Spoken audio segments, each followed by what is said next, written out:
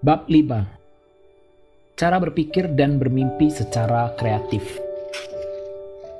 Pertama, mari kita meluruskan salah kaprah mengenai arti pikiran kreatif. Ilmu pengetahuan, rekayasa teknologi, seni, dan karya tulis disebut satu-satunya upaya kreatif karena beberapa alasan yang tidak logis. Sebagian besar orang mengaitkan pikiran kreatif dengan hal-hal seperti penemuan listrik, vaksin polio, karya tulis berupa novel, atau pengembangan televisi berwarna. Tentu saja, prestasi seperti itu merupakan bukti pikiran kreatif. Setiap langkah manusia untuk menaklukkan luar angkasa adalah buah pikiran kreatif. Namun, berpikir kreatif bukan milik profesi tertentu saja, juga bukan milik orang-orang jenius saja. Jadi, apakah arti pikiran kreatif itu? Ada keluarga berpenghasilan rendah yang berencana menguliakan putranya di universitas terkemuka. Itulah pikiran kreatif. Ada keluarga yang mengubah lahan parkir yang kurang layak menjadi klinik kecantikan. Itulah pikiran kreatif. Ada pendeta yang berencana melipat gandakan jumlah jemaat yang hadir dalam ibadah minggu. Itulah pikiran kreatif. Beberapa contoh pikiran kreatif sehari-hari misalnya, berusaha menyederhanakan laporan pembukuan, menjual barang kepada konsumen yang pemilih, mendidik anak kecil, membantu para karyawan menyukai pekerjaannya, atau mencegah percekcokan. Berpikir kreatif adalah menemukan cara baru dan maju dalam mengerjakan sesuatu. Imbalan dari seluruh tipe kesuksesan, baik itu di rumah, pekerjaan, dan masyarakat, bergantung pada kemampuan kita bertindak lebih baik. Mari kita lihat kemampuan kita mengembangkan dan mempertajam kemampuan berpikir kreatif. Langkah pertama, yakinlah Anda mampu melakukannya. Yang terpenting, Anda harus yakin dulu bahwa Anda sanggup melakukannya. Jika Anda yakin mampu melakukan sesuatu, pikiran Anda akan berupaya menemukan cara mewujudkannya. Saya sering menggunakan contoh berikut untuk mengilustrasikan pikiran kreatif dalam sesi pelatihan.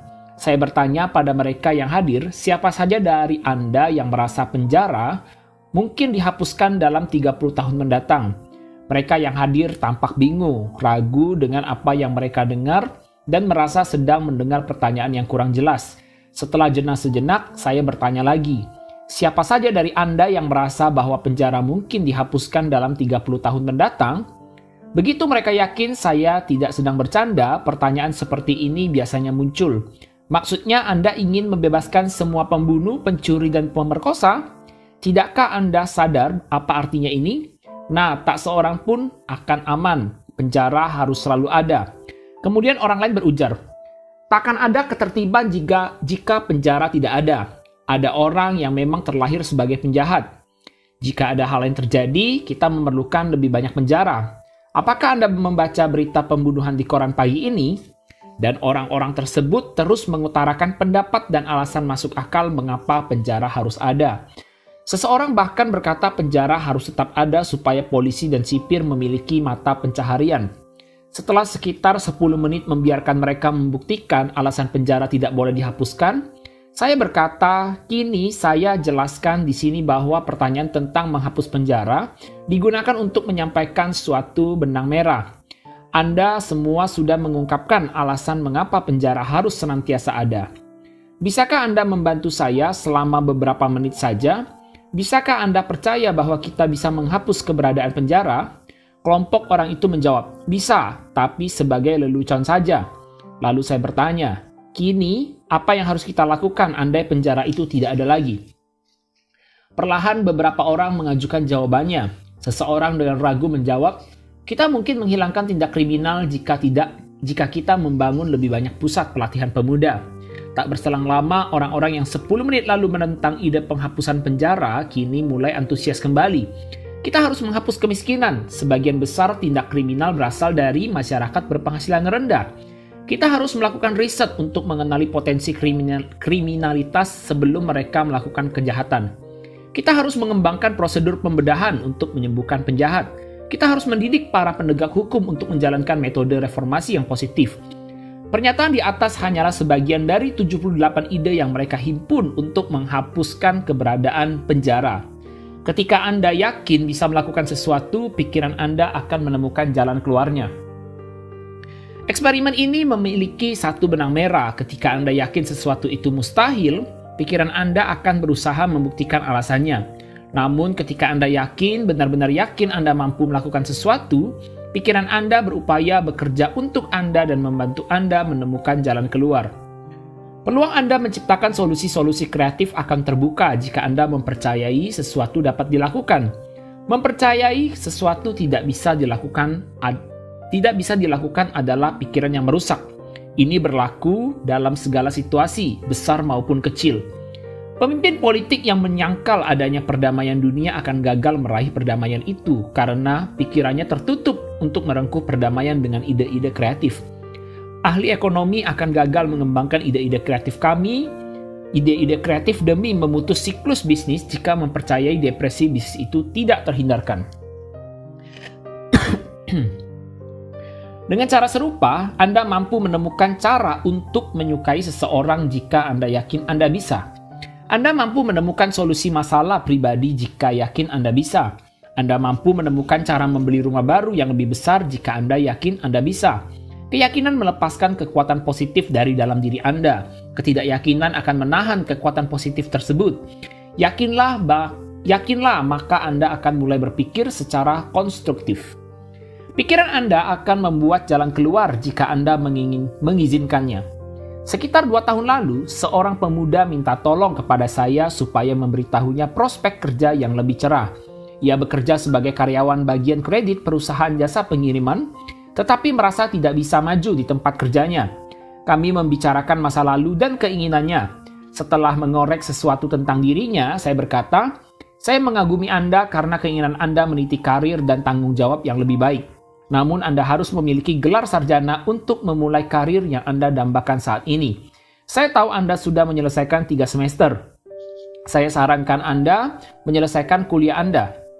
Mulailah dalam musim panas ini dan Anda akan menyelesaikannya dalam 2 tahun. Setelah itu, saya yakin Anda mampu mendapat pekerjaan di perusahaan dambaan Anda." Saya sadar, jawab pemuda itu, gelar sarjana akan sangat berguna, namun saya tidak mungkin kembali kuliah. Tidak mungkin? Mengapa? Itu karena satu hal, jawabnya. Usia saya 24 tahun, terlebih lagi istri saya akan melahirkan anak kedua kami beberapa bulan lagi. Kami hampir tidak sanggup melalui semua ini. Saya tak akan sempat belajar karena saya harus bekerja. Jadi itu tidak mungkin. Pemuda ini meyakinkan dirinya sendiri bahwa meraih gelar sarjana itu mustahil. Kemudian saya berkata kepadanya, "Jika Anda yakin mustahil bisa menyelesaikan kuliah, itulah yang akan terjadi. Namun, jika Anda yakin mampu kembali kuliah, Anda akan menemukan solusinya." Nah, ini yang saya harapkan dari Anda. Anda harus bertekad untuk kembali kuliah. Biarkan satu pikiran itu mendominasi benak Anda.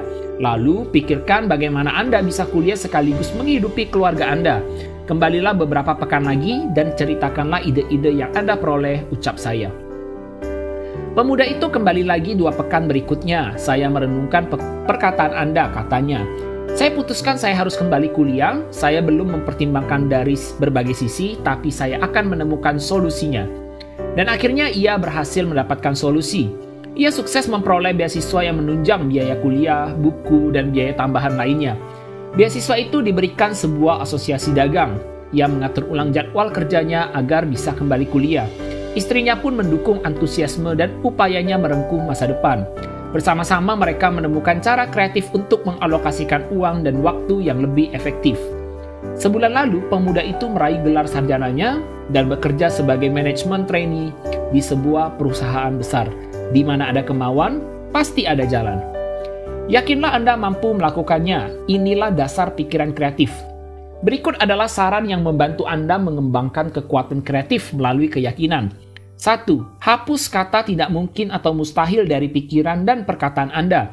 Tidak mungkin atau mustahil adalah kata yang salah. Pikiran tidak mungkin akan memantik reaksi berantai dari pikiran lain untuk membuktikan Anda sungguh mustahil melakukannya. 2. Pikirkan sesuatu yang sangat ingin dilakukan, tapi Anda merasa tidak sanggup. Kini buatlah daftar alasan mengapa Anda mampu melakukannya. Sebagian besar dari kita meletakkan keinginan kita hanya karena mereka tidak sanggup. Padahal konsentrasi mental kita justru menyatakan kesanggupan kita. Baru-baru ini saya membaca artikel koran yang menyebutkan ada banyak county di berbagai negara bagian. Artikel itu menegaskan sebagian besar perbatasan county dibangun berpuluh-puluh tahun sebelum mobil diproduksi, yaitu ketika kuda dan kereta kuda masih menjadi moda transportasi utama. Namun kini dengan adanya mobil dan jalan raya yang mulus, seharusnya 3 atau 4 county bisa digabungkan menjadi satu county saja. Ini akan mengurangi banyak sekali layanan sehingga pembayar pajak dapat memperoleh layanan yang lebih baik dengan membayar pajak lebih sedikit. Penulis artikel ini merasa menemukan ide yang baik, jadi ia mewawancarai 30 orang secara acak untuk mengetahui reaksi mereka. Hasilnya, tak seorang pun merasa ide itu bermanfaat. Meskipun mereka akan mendapat layanan publik yang lebih baik dengan hanya membayar sedikit pajak. Ini adalah contoh pikiran tradisional. Benak pemikir tradisional itu lumpuh. Mereka berargumen, county sudah ada selama ratusan tahun. Karena itu biarkan seperti apa adanya. Mengapa kita harus mengambil resiko? Orang yang biasa-biasa saja senantiasa membenci kemajuan. Banyak orang menyuarakan protes terhadap mobil karena secara alamiah kita semestinya berjalan atau menunggang kuda. Apalagi pesawat terbang yang tampak radikal bagi banyak orang. Manusia tidak boleh memasuki habitat burung-burung. Banyak orang kolot yang berpendapat manusia tidak punya urusan di luar angkasa. Seorang ahli peluru kendali baru-baru ini menjawab pendapat semacam ini. Manusia berhak kemanapun sesuai yang dikehendakinya, ujar Dr. Von Braun. Sekitar tahun 1900, seorang eksekutif penjualan menemukan prinsip manajemen penjualan yang ilmiah. Hal itu menarik perhatian halayak sehingga ditulis dalam buku-buku teks. Prinsipnya adalah hanya ada satu cara untuk menjual produk. Temukan caranya, jangan pernah menyimpang dari cara itu. Perusahaan orang tadi sangat mujur. Seorang pemimpin yang piawai muncul tepat waktu demi menyelamatkan perusahaan ini dari kehancuran finansial. Pendapat di atas berbeda dengan falsafah Crawford H. Greenwald, direktur utama salah satu perusahaan terbesar di Amerika Serikat, BI DuPont de Nemours. Saat menyampaikan ceramah di Columbia University, Greenwald berkata, "Ada banyak cara untuk menyelesaikan satu pekerjaan, sama banyaknya dengan jumlah orang yang diberikan tugas sesuai porsinya. Sebenarnya, tidak ada cara terbaik dalam melakukan apapun. Tidak ada cara terbaik dalam mendekorasi apartemen, merapikan rumput, menjual sesuatu, membesarkan anak, atau memasak steak. Ada berbagai cara terbaik sebanyak pikiran kreatif itu sendiri. Tidak ada yang sanggup tumbuh di dalam es. Jika kita membiarkan tradisi membekukan benak kita, ide-ide baru takkan bisa bertumbuh. Anda bisa mengujinya suatu saat. Anda bisa mengutarakan ide tertentu kepada seseorang, kemudian perhatikan perilakunya.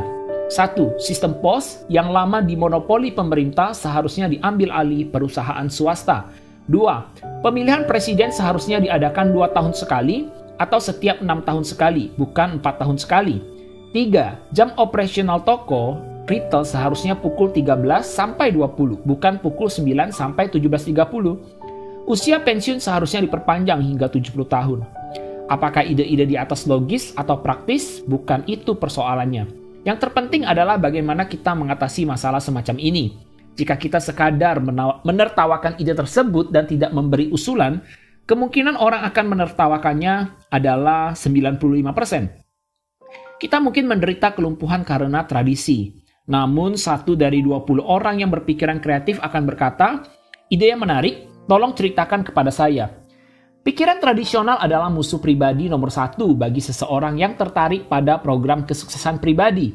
Pikiran tradisional membekukan pikiran Anda, menghalangi kemajuan Anda, dan menghambat perkembangan kekuatan kreatif Anda. Berikut adalah 3 cara mengatasinya. 1. Jadilah pribadi yang terbuka pada berbagai ide. Sambutlah ide-ide baru, singkirkan pikiran-pikiran menghambat. Itu takkan berhasil, itu takkan dilakukan, itu tak berguna, dan itu bodoh. Seorang teman saya yang sukses dan memegang jabatan utama di perusahaan asuransi berkata kepada saya, "Saya tidak berpura-pura menjadi orang paling cerdas, namun saya rasa sayalah karyawan terbaik dalam industri asuransi. Saya pun berusaha menyerap semua ide baik sebisa mungkin." 2. Jadilah pribadi yang suka bereksperimen. Lepaskan diri Anda dari rutinitas, kunjungilah restoran baru, bacalah buku-buku baru, bertemanlah dengan teman baru, ambil rute lain ke pekerjaan Anda, Kunjungilah tempat-tempat wisata tahun ini serta lakukan sesuatu yang baru dan berbeda akhir pekan ini. Jika Anda bekerja di bagian distribusi, Anda harus mengembangkan minat dalam produksi, akuntansi, keuangan, dan elemen bisnis lain. Ini akan memberikan peluang sekaligus mempersiapkan diri Anda memikul tanggung jawab yang lebih besar.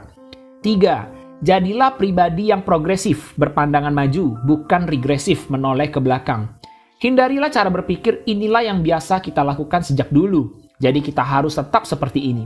Justru terapkanlah cara berpikir bagaimana kita bisa melakukannya lebih baik ketimbang dulu.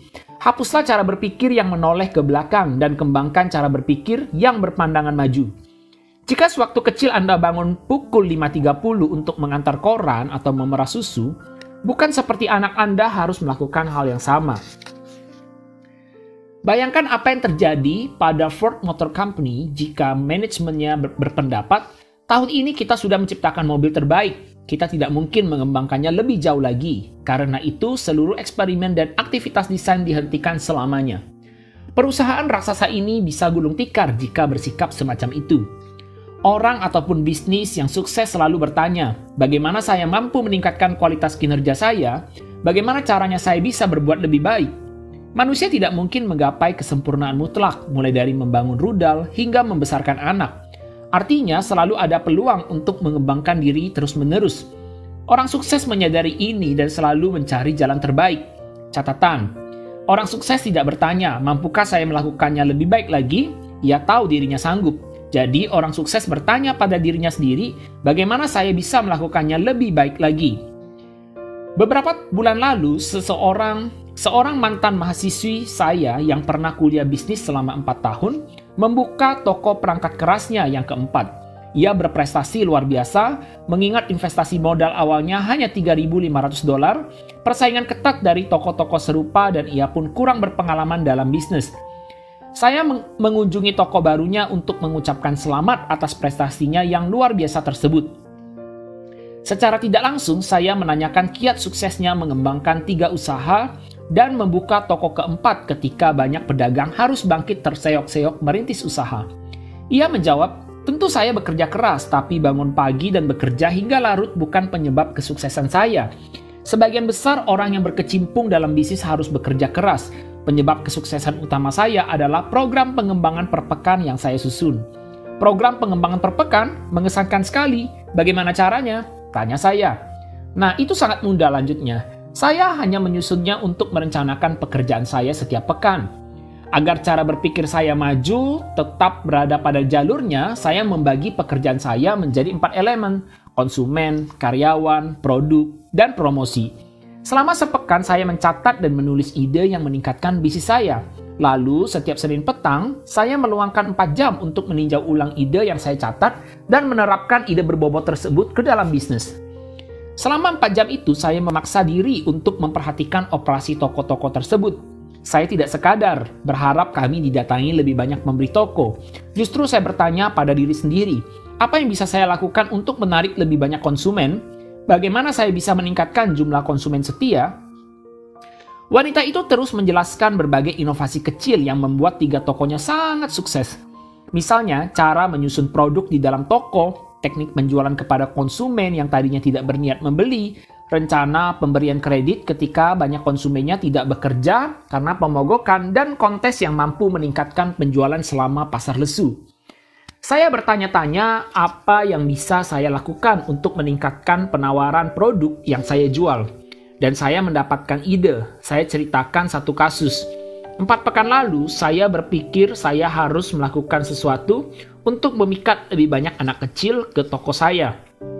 Jika ada sesuatu yang bisa memikat anak-anak ke sana, saya pun harus menarik orang tuanya datang ke sana. Saya terus memikirkan caranya, lalu ide ini muncul. Mainan dikelompokkan berdasarkan usia anak, yaitu 4 hingga 8 tahun. Cara ini berhasil, mainan itu hanya membutuhkan sedikit ruang tetapi menghasilkan laba besar. Dan yang terpenting, banyak orang mengunjungi toko saya. Percayalah, program pengembangan per pekan tersebut akan sukses. Saya sudah menemukan jawabannya dengan bertanya pada diri saya. Bagaimana saya bisa bekerja lebih baik?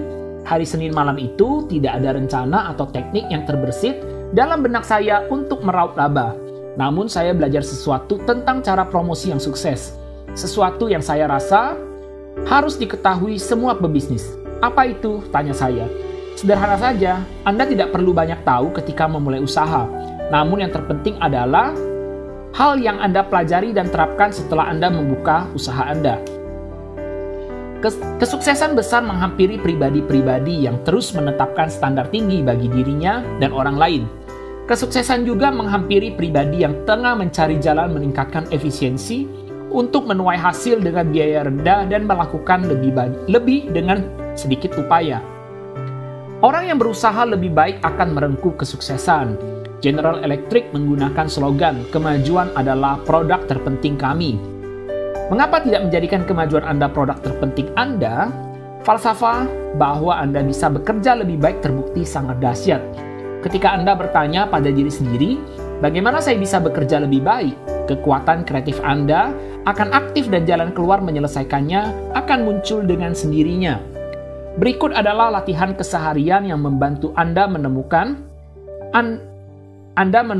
dan mengembangkan kekuatan dari sikap mampu melakukan lebih baik.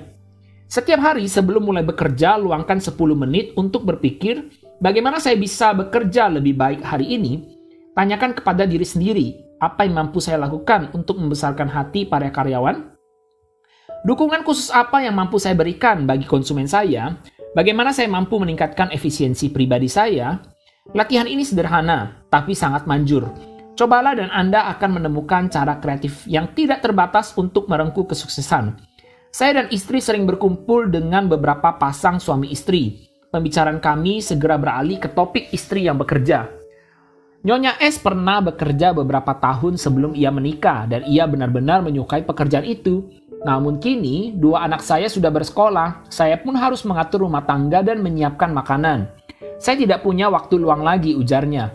Pada hari Minggu petang, Bapak dan Ibu S beserta anak-anaknya mengalami kecelakaan mobil.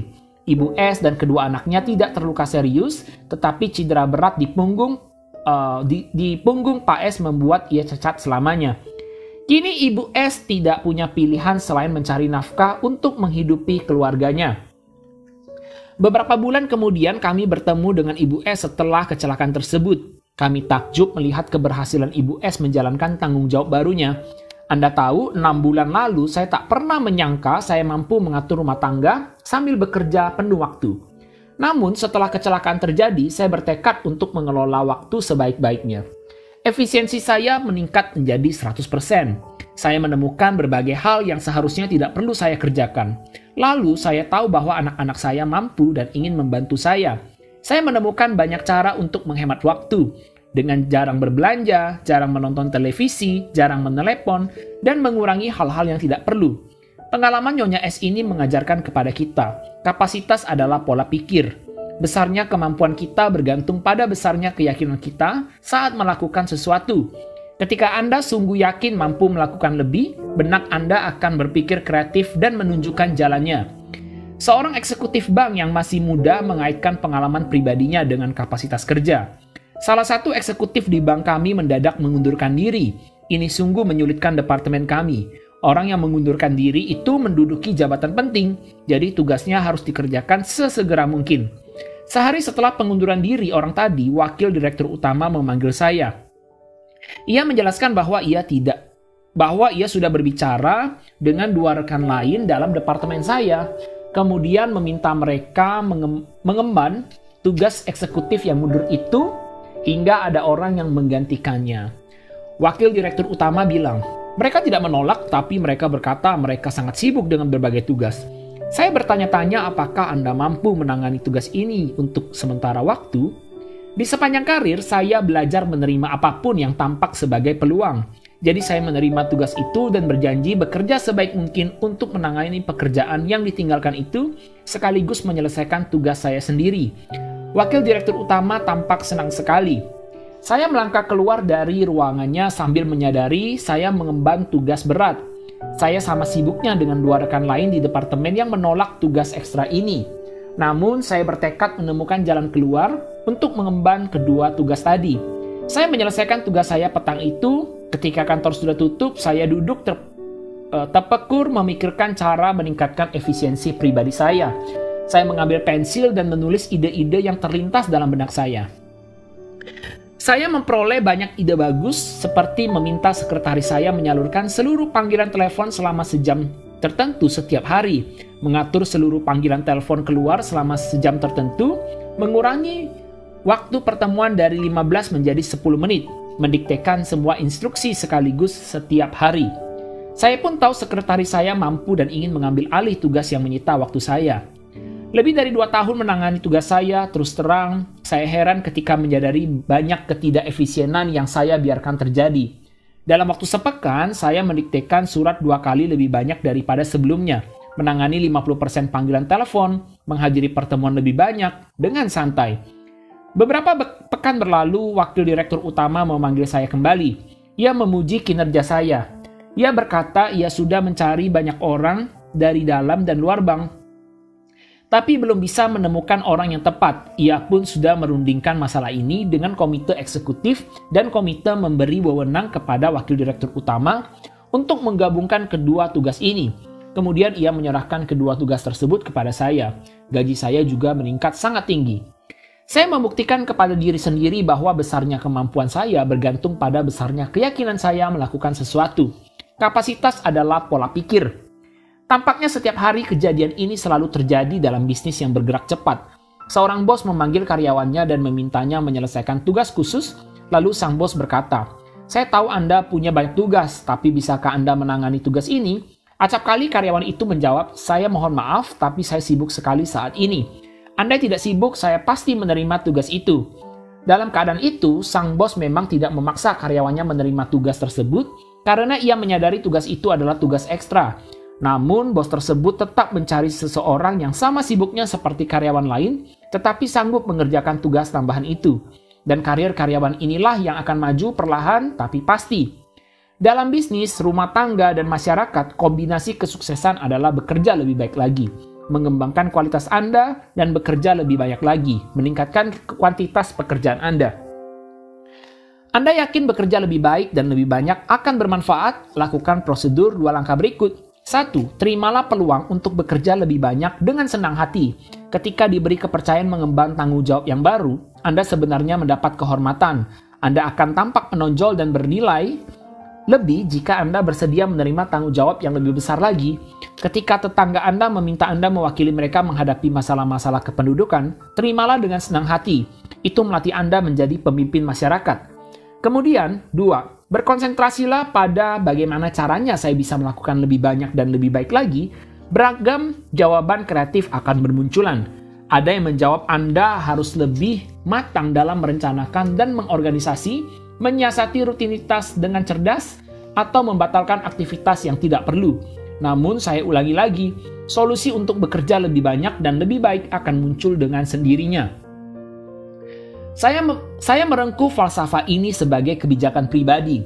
Jika Anda ingin pekerjaan ini selesai, Anda harus menyerahkannya kepada orang yang sibuk. Saya menolak mengerjakan proyek-proyek penting bersama orang yang punya banyak waktu luang. Saya belajar dari pengalaman yang tidak menyenangkan bahwa orang yang banyak memiliki waktu luang menjadi rekan kerja yang kurang efektif. Semua orang berkompeten dan sukses yang saya kenal adalah orang yang sibuk. Ketika saya memulai suatu proyek bersama mereka, saya tahu proyek itu akan selesai dengan memuaskan.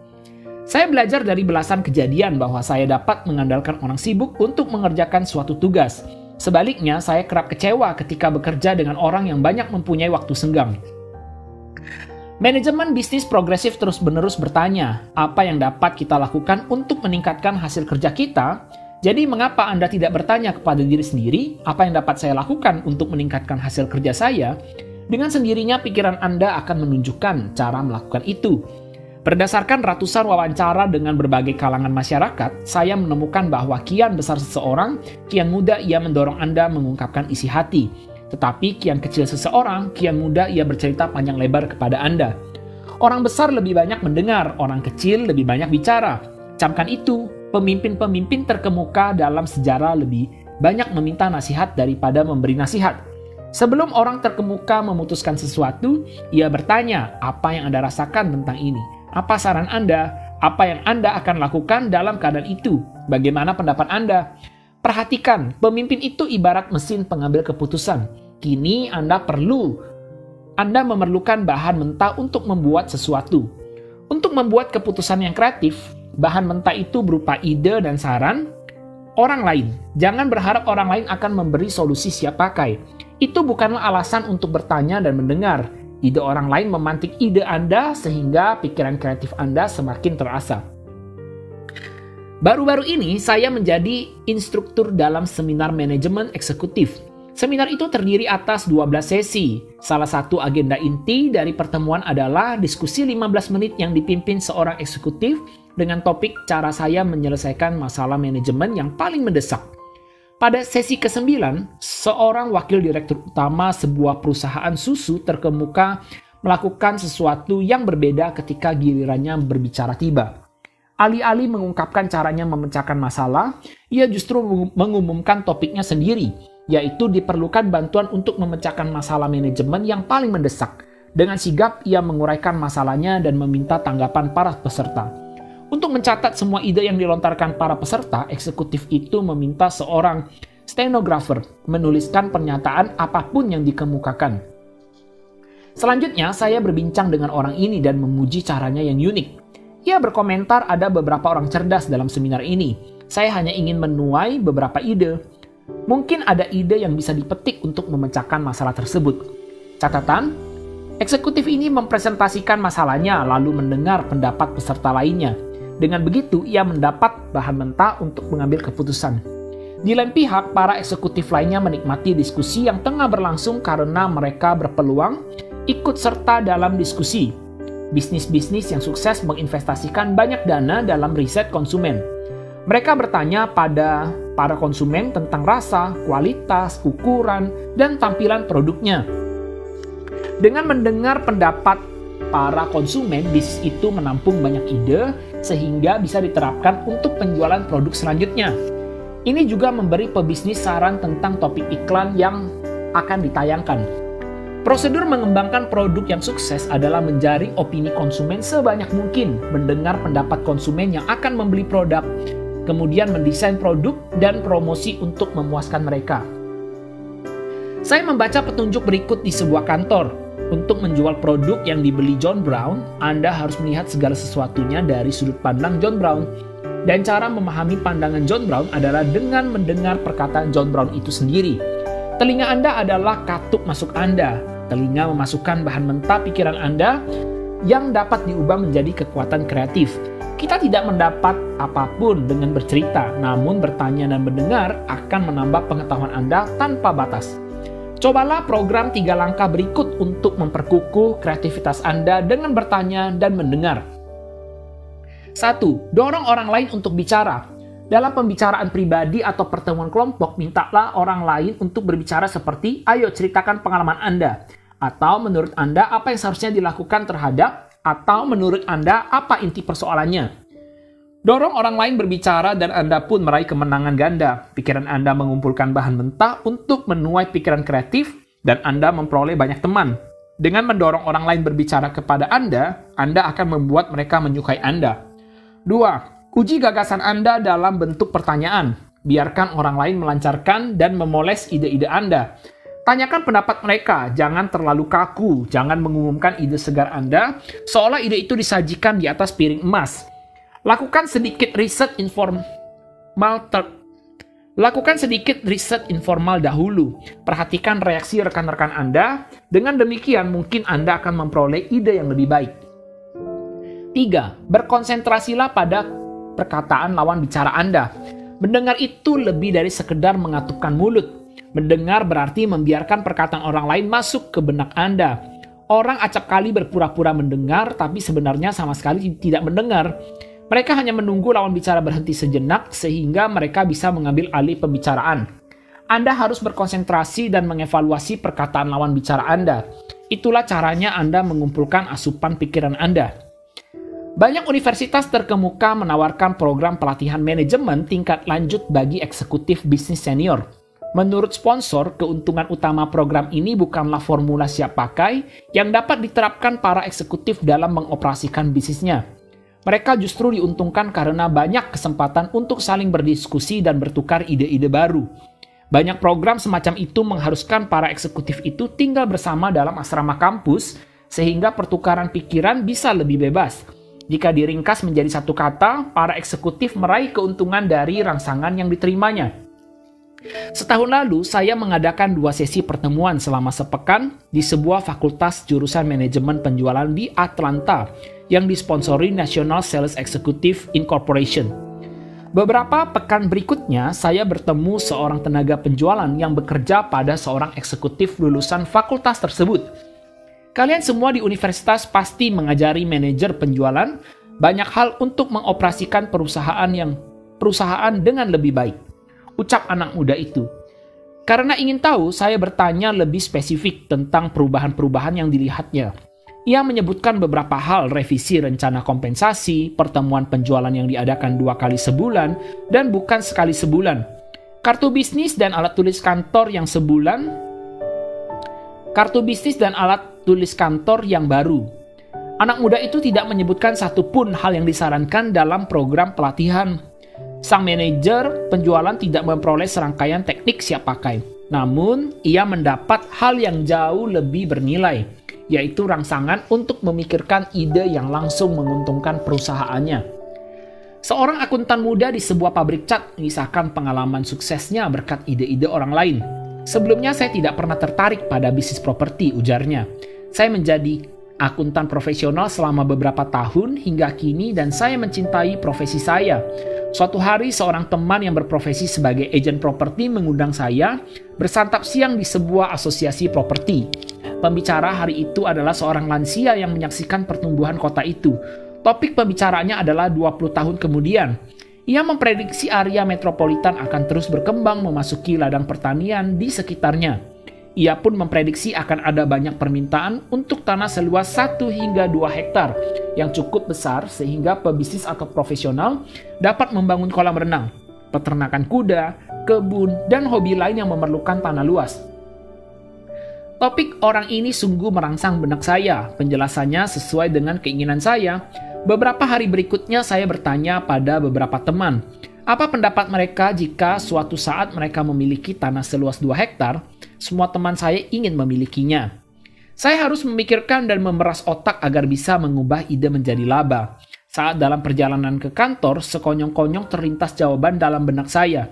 Mengapa saya tidak membeli saja ladang dan membaginya menjadi beberapa petak? Saya rasa tanah akan lebih bernilai jika dibagi ke dalam beberapa petak. Sejauh 35 km dari pusat kota, saya menemukan ladang gersang seluas 20 hektar seharga $8.500. Saya membelinya, membayar 1/3 untuk uang bukanya, dan mengangsur sisa kredit. Berikutnya, saya menanam bibit cemara di tanah yang gundul. Saya lakukan hal itu karena seorang pebisnis properti berkata, orang merindukan suasana sejuk dengan banyak pepohonan. Saya ingin calon pembeli melihat tanah mereka akan dipenuhi pohon cemara yang indah dalam beberapa tahun mendatang. Lalu saya meminta seorang pesurvei membagi 20 hektar tanah itu menjadi 10 kafling yang masing-masing berukuran 2 hektar. Kini saya siap menjual tanah saya. Saya punya beberapa daftar alamat eksekutif muda dan berpromosi kecil-kecilan. Saya tunjukkan bahwa mereka bisa membeli sebidang tanah luas seharga $3.000. Padahal dengan harga segitu mereka hanya bisa mendapat sebidang tanah kecil di kota. Saya jelaskan pula potensi tanah itu untuk rekreasi dan kehidupan yang sehat. Dalam waktu 6 pekan saja, saya sukses menjual 10 kafling tanah tersebut hanya dengan bekerja pada saat petang dan akhir pekan. Total pendapatan yang saya peroleh adalah $30.000. Total biaya termasuk tanah, iklan survei tanah, dan biaya resmi adalah $10.400. Jadi saya meraup laba sebesar $19.600. Laba saya besar karena saya menyerap ide-ide yang disampaikan banyak orang cerdas. Karena saya menerima undangan santap siang dengan orang yang memiliki perbedaan pandangan, benak saya akhirnya berhasil menemukan cara sukses meraup laba. Ada banyak cara meraih rangsangan mental, tapi ada 2 cara yang dapat Anda terapkan dalam kehidupan Anda. Pertama, Anda bergabung dan bertemu teratur dengan kelompok profesional yang menyediakan rangsangan dalam area pekerjaan Anda. Anda perlu bergaul dengan orang-orang yang berorientasi pada kesuksesan.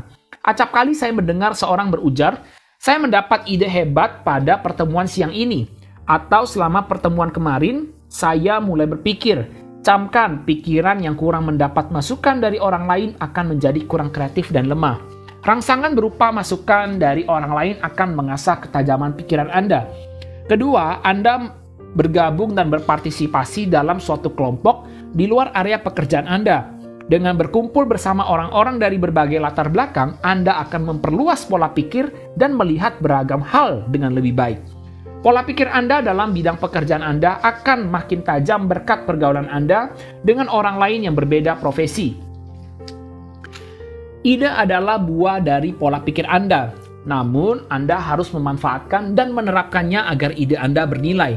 Setiap tahun, pohon ek menghasilkan cukup banyak biji untuk bertahan di hutan yang luas. Namun dari sekian banyak biji, hanya 1 atau 2 biji yang akan menjadi pohon ek.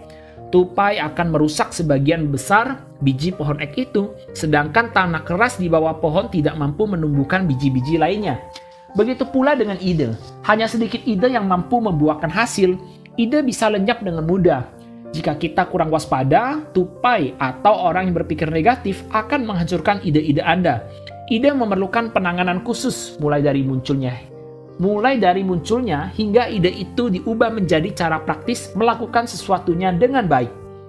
Gunakan 3 cara berikut untuk memanfaatkan dan mengembangkan ide-ide Anda. 1. Jangan biarkan ide Anda lenyap. Tulislah ide-ide Anda. Setiap hari banyak ide terbuang sia-sia hanya karena Anda tidak mencatatnya. Memori Anda sangat lemah untuk mengingat dan memelihara ide-ide baru. Bawalah buku catatan atau beberapa kartu kecil. Ketika Anda memperoleh ide, tulislah. Seorang teman saya yang senang melancong selalu membawa clipboard untuk mencatat ide yang terlintas dalam benaknya. Seorang pribadi yang berpikiran kaya dan kreatif sadar ide hebat bisa muncul kapan dan di mana saja. Jangan biarkan ide Anda lenyap dan Anda akan kehilangan buah pola pikir Anda. Simpan ide-ide tersebut.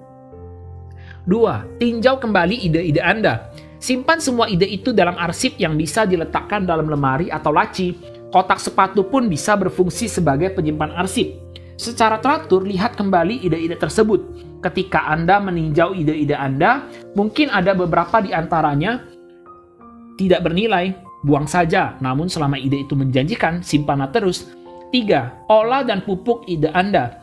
Kini buatlah ide Anda bertumbuh. Pikirkan caranya, kaitkan ide itu dengan ide-ide yang lain yang serupa. Bacalah semua yang berhubungan erat dengan ide Anda. Selidikilah dari berbagai sisi. Kemudian, ketika tiba waktunya, terapkan ide-ide tersebut bagi diri Anda, pekerjaan Anda, dan masa depan Anda. Tatkala seorang arsitek mendapat ide untuk membangun gedung baru, ia menggambar rancangan pendahuluan. Ketika ahli periklanan yang kreatif memperoleh ide untuk sebuah iklan televisi, ia menulis dan menggambar serangkaian bagian tentang bentuk akhir ide tersebut. Orang-orang yang memiliki ide selalu menulis konsep awalnya. Catatan, tulislah ide Anda. Ada 2 alasan utama tentang hal ini. Ketika ide itu nyata, Anda dapat memperhatikannya, melihat kelemahannya, dan memperbaiki kekurangannya.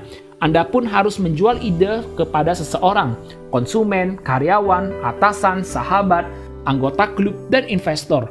Harus ada yang membeli ide tersebut. Jika ide Anda tidak laku, artinya ide Anda tidak bernilai.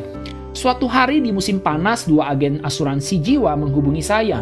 Keduanya ingin menangani asuransi saya. Keduanya berjanji untuk kembali dengan mengajukan proposal yang diperlukan. Agen pertama menyajikan presentasi lisan.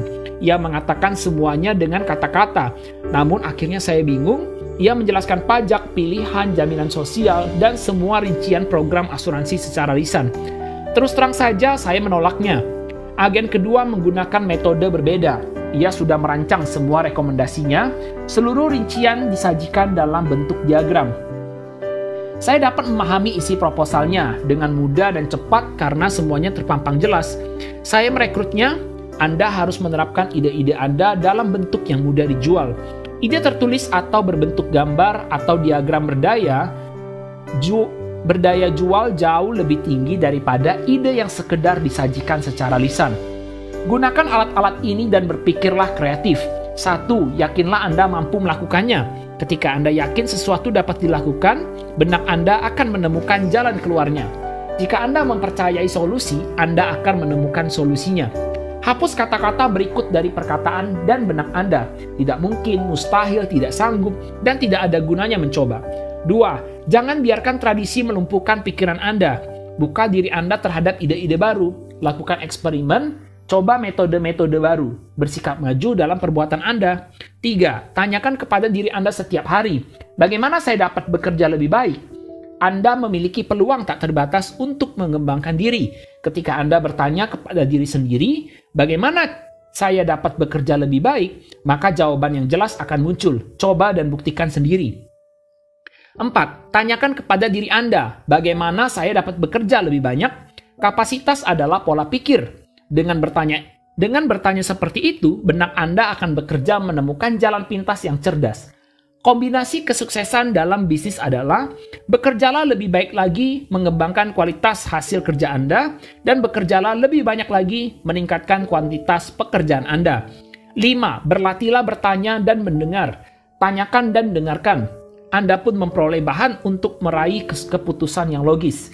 Ingat, orang besar senantiasa mendengar, sedangkan orang kecil senantiasa berbicara. 6. Regangkan dan rangsang pikiran Anda. Berkumpullah dengan orang-orang yang mampu menolong Anda memikirkan ide dan cara baru melakukan sesuatu. Bergaullah dengan orang-orang yang minat sosial dan profesinya beragam.